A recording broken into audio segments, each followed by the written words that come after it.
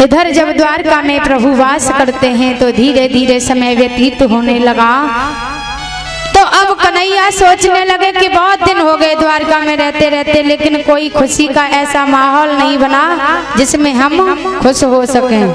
क्योंकि पहले उस जरासंध ने सताए तो वहां से भाग करके यहाँ आए, लेकिन यहाँ पर आकर के भी अभी तक खुशी का कोई ऐसा माहौल नहीं जहाँ पर हम खुश हो सकें। ऐसा सोच करके आज कन्हैया सोचने लगे कि अब क्या किया जाए। तो उसी समय कन्हैया सोचने लगे कि सबसे बड़े हमसे बलराम भैया हैं, तो अब ऐसा करें कि बलराम भैया का सबसे पहले विवाह हो, और जब विवाह होगा तब हमें ऐसा मौका मिलेगा कि हम खुशी मना सकते हैं।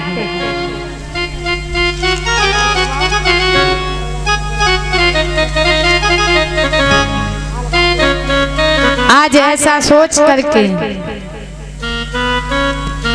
और कन्हैया बलराम भैया के पास में पहुंचे कि भैया अब देखो बहुत दिन है गए द्वारका में रहते रहते, अब हमें लगता है कि कोई ऐसा अवसर मिले जिससे हम भी खुश हो जाएं और ये सारी प्रजा भी झूम ले। बलराम कहने लगे काय कन्हैया, अब तो ऐसा अवसर कहाँ से लाए के दें। बोले अवसर तो हमने ढूंढ लिया, तुम हमसे बड़े हो, पहले तुम्हारा विवाह होगा ना। बलराम भैया कहने लगे हमारो विवाह किनके साथ में करवाए रहे। बोले वो तो हमारे ऊपर छोड़ दो कि हम किसके साथ करवाएंगे। इधर नारद जी से कहा प्रभु ने, तो आनर्त देश के जो राजा हैं रेवतक, उनकी पुत्री है रेवती।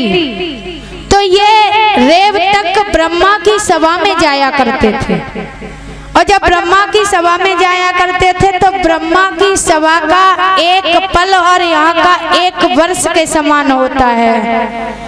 तो एक दिन रेवतक ने कहा कि आप ऐसा करो कि हमारी बेटी के लिए किसी वर की तलाश करो। और ये बात जब कही थी तब सतयुग था जब ये बात कही थी। अब ब्रह्मा जी भूल गए उस बात को। अब आ गया द्वापर, सतयुग, त्रेता और द्वापर, तीसरा युग आ गया। अब रेवती की लंबाई कितनी हो गई? 7 7 और 7 कितने? 21 हाथ की रेवती हो गई। अब जब 21 हाथ की रेवती हुई तो आज रेवतक बड़ा परेशान के ऐसा वर कहाँ मिलेगा। तो नारद जी ने कहा देखो तुम्हें वर ढूंढने की तलाश नहीं है, वो तो हमने ढूंढ लिए हैं। कन्हैया के जो बड़े भाई हैं बलराम, उनके साथ में आप अपनी रेवती का विवाह कर दो। तो आज उसी समय रेवतक टीका और लगन लेकर के बलराम के यहाँ गए, जाकर के टीका और लगन चढ़ाया। उसके बाद कन्हैया आज अपने भैया बलराम को दूल्हा बना करके लेके चले। और जब दूल्हा बना करके आज आनर्त देश में आ गए तो उसी समय जैसे ही वरमाला की बारी आई, अब 21 हाथ की रेवती और 7 हाथ के बलराम। अब वरमाला पड़े तो पड़े कैसे। तो उसी समय कन्हैया देख करके हंसने लगे, बोले भैया अब इतनी लंबी भौजाई है, अब तुम करोगे क्या, कैसे वरमाला डालोगे। और उसी समय हंस करके कन्हैया बोले अरे कैसे गुजरा हो भैया की इतनी लंबी भौजाई से, जा प्यारी भवजा हमारी से।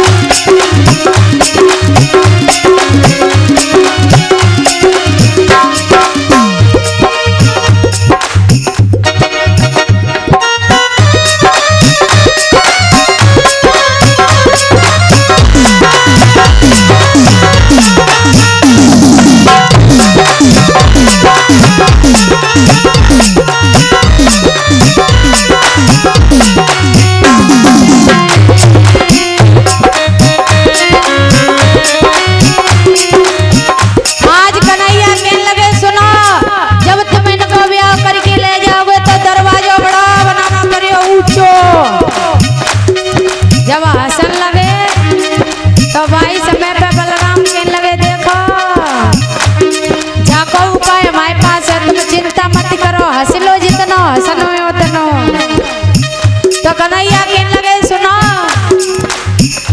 बलमाला पड़ी नहीं पावेगी।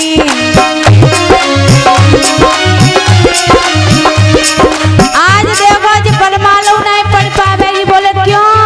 क्योंकि अब तुम पहुंचोगे ना 21 हाथ की भाभी और तुम कहाँ 7 हाथ के नीचे रह जाओगे। तो उसी समय आज बलराम कहने लगे रुको। उसी समय बलराम भैया ने अपना मूसल उठाया और हल मूसल को उठा करके जैसे ही रेवती के ऊपर रखा तुरंत ही 7 हाथ की कर ली। अब बराबर में आ गए। अब बोले अब बताओ। अब कन्हैया कहने लगे वाह भैया तुम तो बड़ा चालाक निकले।